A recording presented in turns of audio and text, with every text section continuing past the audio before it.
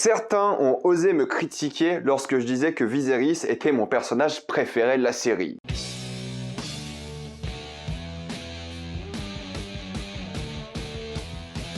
House of the Dragon, épisode 8. Contrairement à d'habitude, il n'y aura que des spoilers dans cette vidéo, donc si vous n'avez pas vu les 8 premiers épisodes de House of the Dragon, ne regardez pas cette vidéo et revenez plus tard. Juste avant de commencer la vidéo, rapidement, j'aimerais juste vous dire que je viens de me faire opérer les yeux, c'est pour ça que j'ai plus de lunettes pour le coup, et il y a moyen que vous voyez des gouttes passer sur mon visage parce que je mets des produits pendant la vidéo, donc si vous voyez des larmes, c'est tout à fait normal, ne vous inquiétez pas, mais à partir de maintenant, vous ne verrez plus de lunettes dans mes vidéos. Et avant de parler de cet épisode-là, qui est un épisode de folie, un épisode monstrueux, il faut parler du partenaire officiel de cette vidéo, c'est CyberGhostVPN et ses 38 millions d'utilisateurs et presque 5 sur 5 sur Trustpilot. Vous le savez maintenant, pour regarder cette série en bonne qualité et non pas sur OCS qui ne propose la série qu'en 1080p et sans HDR. HBO Max, vous vous connectez sur un pays comme la Roumanie, vous payez l'abonnement HBO Max qui est moins cher aussi qu'OCS et vous avez la série en 4K HDR et croyez-moi, la qualité fait vraiment la différence. Donc ne ratez pas du tout cette opportunité. En plus, vous avez plein d'autres films qui sont sortis il y a longtemps sur Disney+, comme Les Éternels, alors qu'il vient d'arriver ce film maintenant en France sur Canal+,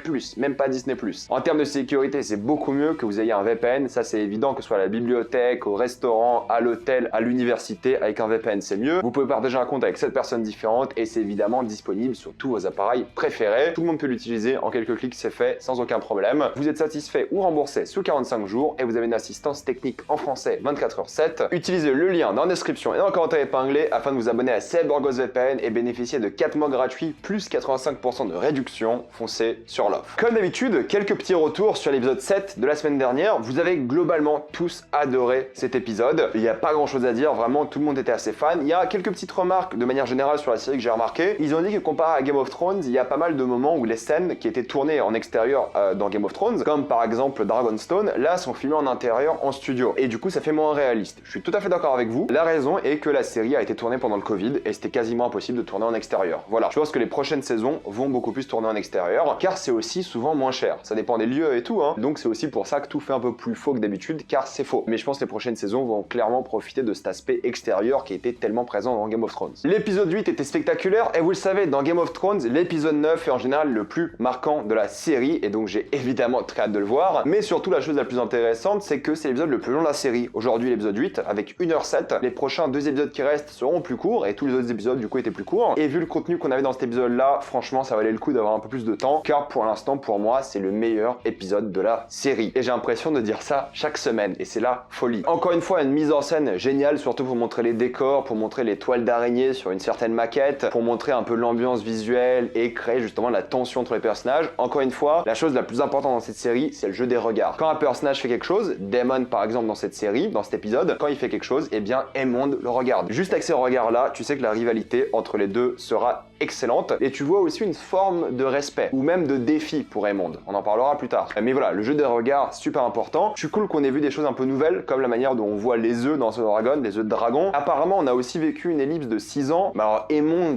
franchement, s'il y a 6 ans d'écart, là, je suis choqué. Le gars, il a pris 30 ans dans la gueule, quoi. On parlera de lui, évidemment, après. Il y a un truc que j'aime pas trop dans Game of Thrones quand ils font ça, c'est que, du coup, on apprend que Corlys est peut-être mortellement malade, c'est pas sûr. C'est une info qui sort de nulle part, et on n'a pas vraiment de scène par rapport à lui. J'aurais peut-être commencé l'épisode avec lui qui est blessé, ou peut-être la scène où il se fait blesser, juste pour peut-être le mettre un peu plus en contexte. Là, c'est vrai que d'un coup, t'as Corlys qui est presque en train de mourir, et tu te dis, mais attends, mais on n'a pas de scène avec lui, qu'est-ce qui se passe? D'où est-ce que ça sort? C'est un peu décevant, je trouve. Ça, c'est pas grave, hein, mais je trouve que j'aurais aimé voir une petite scène avec lui, peut-être même à la fin, où on le voit peut-être mourir, ou se remettre de ses blessures, j'en sais rien, peut-être ils gardent ça comme une surprise par la suite. Ils font souvent ça dans Game of Thrones, et je suis pas toujours le plus grand fan, mais bon, ça crée énormément de nouvelles tensions par rapport à l'héritage de 2 endroits, de Driftmark, alors je sais pas comment ils appellent ça en VF, je suis désolé, et de Port-Réal. Vu à quel point les familles sont liées, ça crée évidemment des tensions. Maintenant, j'ai l'impression que la solution à tous les problèmes d'héritage, c'est de marier un Targaryen à un Valérian. Mais blague à part, c'est vrai que là, on voit une Alicent qui m'a beaucoup plus plu dans cet épisode-là, parce qu'elle est bien plus complexe et tu la comprends. Premièrement, le gros choc, c'est qu'elle a l'un de ses enfants qui est un violeur, et on aurait tous pensé, vu sa tronche, que ça serait Aemond, mais c'est Aegon. Et j'aime beaucoup le fait qu'elle comprenne la victime de viol, parce qu'elle a aussi vécu des viols. Certes, des viols conjugaux, mais ça reste des viols. Et j'aime beaucoup l'empathie qu'elle a, et la manière dont elle dit à son fils Alicent qu'il n'est plus son fils. Moi je trouve qu'Alicent était très touchante, beaucoup plus complexe, et j'ai l'impression que cette série, ce qu'elle va faire, même si là on en parlera de la fin de cet épisode là qui est très important, ça va permettre d'avoir une vraie complexité entre justement Alicent et Rhaenyra. Parce que pour l'instant c'était Rhaenyra qui était appréciée des fans, mais dans cet épisode là, Alicent, au fait, là je la comprends. Là je comprends pourquoi des gens peuvent être de son côté. Il y a un peu cette histoire genre Team Green, donc Alicent, et Team Black avec Rhaenyra, et maintenant je comprends. À la fin de cet épisode là, tu comprends pourquoi il y aura une vraie guéguerre, et on en parlera après, mais pour une fois Alicent, je la trouve toujours complexe, hein, mais là pour une fois ça a ajouté une couche que j'adore à son personnage, et je comprends pourquoi les gens sont un peu plus divisés. Et là c'est peut-être même plus difficile de prendre parti. Je dis pas que c'est impossible, hein, je dis que c'est plus difficile. Ça donne une nouvelle couche de complexité qui est vraiment appréciable. Si on parle un peu des mondes rapidement, c'est vrai que je trouve que l'acting est fou. Il a pas beaucoup parlé, mais il me fait déjà peur. Il est déjà flippant, je l'adore, il est incroyable. Tu vois qu'il a une tête de FDP, je m'attendais pas à ce qu'il ait cette voix, mais il a une voix de Vislar, comme je l'ai dit dans la dernière vidéo, et il me fait un peu bader. Et ça, j'adore, parce que ça va être un ennemi que je trouve redoutable. Et on pourra aussi le comprendre, on le voit dans cet épisode-là. On en parlera du dîner après, mais on comprend aussi Aemond, pourquoi est-ce qu'il veut se venger de la famille des Targaryens, qu'est-ce qu'il a vécu et pourquoi il le vit mal. Donc donner de la complexité à un personnage comme ça, je trouve que ça va être super intéressant. Là où Aegon, violeur, harceleur, gros fils de pute depuis le début, comment l'apprécier quoi? C'est juste pas possible. En plus, il se victimise, il fait la pleureuse. Non, franchement, non. Aegon, on le déteste. Là où Aemond, franchement, on peut trouver quelque chose d'appréciable. Peut-être pas d'appréciable, mais plus de compréhensible. Là, Aegon, il a rien vécu de mal et c'est quand même un fils de pute. Puis Otto, il fait un peu comme tous les dictateurs. Il essaie de prendre le pouvoir avec l'excuse de la guerre. Faut qu'on parte en guerre, il faut qu'on soit fort. Faut qu'on prenne le pouvoir. Faut qu'on ait le trône. Excuse de dictateur, un peu absente durant cet épisode, mais j'aime beaucoup son excuse. C'est important qu'on ait un royaume uni pour faire la guerre. Typiquement en politique, dans toutes les guerres, et ça permet aussi de consolider son pouvoir. Et Rhaenyra est de nouveau enceinte, on la voit avec 2 nouveaux enfants, ça c'est assez mignon parce que cette fois-ci, bah forcément, ils sont blonds. Quand elle retourne à Port-Réal, elle est malheureusement un peu dépaysée parce qu'elle voit que c'est plus son père qui dirige, malheureusement pour elle, mais elle va quand même supplier son père pour l'aider. Elle est tellement un peu désemparée à certains moments qu'elle remet en question son héritage et elle dit presque à Viserys qu'elle aurait aimé ne pas être choisie en tant que reine. Elle a un vrai moment de faiblesse. Est-ce que c'est de la manipulation émotionnelle? Je ne pense pas. Je pense qu'elle est clairement honnête avec. Et moi, c'est une scène qui m'a aussi beaucoup touché, justement. La manière dont elle pleure devant son père qui est en train de mourir, en fait. Par contre, elle aurait quand même pu apprendre le valérian à son fils. Il aurait pu être bilingue dès le début. C'est un peu abusé. Occupe-toi de tes gosses un peu, quoi. Non, mais blague à part, c'est que dans les familles bilingues, il y a toujours, quand tu grandis, l'enfant qui parle les 2 langues. Donc je trouve ça étonnant qu'ils prennent des cours de valérian. Après, c'est peut-être le High Valerian, donc voilà, une autre version de la langue. Mais je suis étonné qu'ils parlent pas la langue, en fait. Ça aurait été pour moi plus logique, peut-être c'est utile dans l'histoire plus tard, hein, mais qu'il apprenne l'histoire du royaume plutôt que la langue en soi. La langue, je pense qu'ils auraient dû l'apprendre quand il était jeune, quoi. D'ailleurs, si on parle de ça, j'adore la manière dont Daemon parle. Je trouve que lorsqu'il parle valérien, c'est super fluide pour lui. Et pareil pour Rhaenyra, quoi. Ils ont des vraies conversations, tu vois qu'ils ont eu un coach, ils se sont vraiment donnés à fond sur ça. J'aime beaucoup l'évolution de la relation entre Rhaenyra et aussi Rhaenys, parce que Rhaenys, tu pensais qu'elle allait faire un coup bas, mais elle fait le bon choix. Elle fait la chose que son mari voulait faire, elle veut faire perdurer le nom Valérian. Car comme il a dit dans l'épisode dernier, les gens ne se rappellent pas de la coupe de cheveux ou de la personne, ils se rappellent des noms. L'histoire se rappelle des noms. Phrase très forte d'ailleurs. Donc je suis très content du choix qu'a fait justement Rhaenys dans cet épisode-là. Je le trouve vraiment honnête et assez touchant mine de rien. Elle a mis sa volonté d'être reine de côté, alors que ça aurait dû être son droit presque de naissance. Elle l'a mis de côté pour justement le bon choix moral et le choix de son mari. Je trouve ça assez touchant. Concernant Daemon, évidemment, j'adore la décapitation qu'elle est méritée. Ne parle pas de ma femme comme ça et de mes enfants. C'est tellement bien, totalement mérité. C'était le moment le plus satisfaisant de l'épisode, cette décapitation. Elle était magnifique. Daemon, un vrai crack. Et là, il défend vraiment tous les enfants de Rhaenyra. Et ça, j'adore. C'est peut-être pas leur père, mais il est là quand même. Et Daemon devient de plus en plus appréciable. Et évidemment, le vrai crack de cet épisode-là, c'est Viserys. Quand tu vois sa maquette pleine de toiles d'araignée, ça te rend triste déjà. La lumière de cette scène est sombre, lugubre. Tu sais que c'est la fin de sa vie. Clairement, tu le ressens. Il te fait clairement de la peine. Et puis, quant à ce retour héroïque en pleine séance royale, quand il revient avec sa couronne, le masque sur son visage, le fait qu'il puisse pas très bien marcher mais qu'il le fasse tout seul, c'est un moment en musique qui est magistral et qui moi m'a donné les frissons grâce à la musique, grâce à la force émotionnelle de cette scène, parce que c'est son dernier souffle, c'est le dernier moment de sa vie. Et le moment où Daemon ramasse la couronne pour la mettre sur sa tête, j'ai failli pleurer. Parce qu'après tout ce qui s'est passé entre ces deux-là, il y a enfin le respect total. Et ça c'est fou. Et apparemment, de ce que j'ai lu sur internet, c'était une scène qui n'était pas prévue, mais la couronne est réellement tombée et l'acteur Matt Smith est allé la chercher et la récupérer, et ils ont introduit cette scène au scénario, que je trouve brillante. Et je trouve ça dingue que limite qu'ils aient pas pensé à ça, parce que cette erreur-là, du coup, elle crée une émotion de folie. D'ailleurs, sur internet, tout le monde en parle. Et c'est légitime parce que l'émotion est folle. Et puis, ils proposent d'avoir un dîner avec tout le monde, et le dîner est fou. Parce que t'as une vraie tension au début, tu sais pas quand ça va finir, mais au final, le dîner est super positif. D'ailleurs, le design sans son masque à Viserys, c'est incroyable, il est flippant, mais il veut voir ses enfants pour la dernière fois comme ça, et sa femme et tout. Il veut être vu par sa famille une dernière fois comme ça. ça. Il a un speech super émouvant sur le fait qu'il veut réunir enfin les deux maisons. Et il faut évidemment remercier encore une fois l'acteur Paddy Considine qui est exceptionnel, qui a fait un Viserys tellement mémorable et qui dans cette scène-là crée une scène magnifique. Il y a des speeches entre les différents personnages pour enfin se pardonner et tu dis au fait c'est réglé quoi. Viserys il voit les gens en train de danser, les gens en train de discuter, il voit que c'est la paix et tu sentais qu'il allait mourir là de bonheur et c'est un peu ce qu'il fait au final. Hein. Il a un dernier moment de bonheur et là il peut conclure sa vie. Et je pense qu'il est mort apaisé et heureux. T'as ces actes de gentillesse entre les personnages, t'as un speech émouvant, un moment émouvant, t'as presque des larmes de bonheur, tout le monde est souriant et le regard de Viserys est tellement touchant, je l'adore. L'acting est fou et t'as envie d'être ému pour lui et tu l'es réellement. C'est là que j'ai failli pleurer, j'ai versé ma larme parce que tu sais qu'il va mourir juste après et tu ressens l'émotion pour lui aussi. Et c'est là que les enfants foutent la merde. Dès le départ de Viserys, ils foutent la merde. Alors évidemment t'as Aegon qui harcèle tout le monde, mais ce qui cause le plus de problèmes, c'est le fait d'avoir mis un cochon devant Aemond parce qu'il a toujours été harcelé par rapport au cochon et forcément les enfants des autres se moquent de lui et là ça l'énerve. Pour lui c'était trop. Et là où tu dis que les parents sont enfin réconciliés, t'as les gosses qui font chier. Et tu dis ok, le vrai problème va venir des gosses. C'est ça qui va créer les tensions dans la maison. Et là où t'as une lueur de joie avec les adultes, les enfants viennent un peu tout gâcher. Au moins Aemond a eu le respect d'attendre le départ de Viserys. C'est déjà ça, au moins. Mais là où ça va vraiment foutre le bordel, c'est à la fin. Parce qu'à la fin, si vous avez bien regardé l'épisode, Viserys confond Alicent et Rhaenyra. Lorsque Rhaenyra vient le voir, il pense que c'est Alicent. Et lorsque Alicent vient le voir à la fin, je pense, si je dis pas de bêtises, qu'il pense que c'est Rhaenyra. C'est pour ça qu'il lui dit que c'est Aegon qui doit être roi. Et il y a un véritable quiproquo là qui va créer la véritable tension entre les personnages durant toute la série. C'est ce quiproquo là où Alicent pense que Viserys parle de lui et j'aime pas trop ça. Ça fait 20 ans que Viserys dit ça, dit que c'est Rhaenyra la reine et tout. Et Alicent, vu qu'elle avait besoin de ce moment là où là elle avait presque fait son deuil d'être reine, il y a Viserys qui lui dit ça et elle se dit ok là en fait c'est moi qui dois prendre le trône. C'est mon fils qui doit être sur le trône plus tard. Et c'est un énorme quiproquo qui va foutre la merde qui aurait pu être réglé très simplement. Arrêtez d'appeler vos putains d'enfants Targaryen Aegon. Arrêtez. Je comprends pourquoi Alicent y croit, parce qu'elle veut se raccrocher à ce rêve d'être reine, je le comprends, et de sa famille d'être sur le trône, mais je trouve ça un peu dommage. Et je comprends le quiproquo. Et c'est ça qui va créer toutes les tensions, et je trouve ça fou. Alors je pense que les enfants allaient créer des tensions aussi, hein, mais juste cette phrase-là, ça crée tout le bordel. Mais moi, ce que j'ai trouvé super émouvant à la fin, c'est lorsqu'il dit My Love en parlant de son ancienne femme, et il a enfin rejoint. Et ça, c'est beau quand même. C'est super beau, la musique du générique était magnifique, j'ai adoré. Super épisode, avec évidemment le retour même à la fin de Mysaria.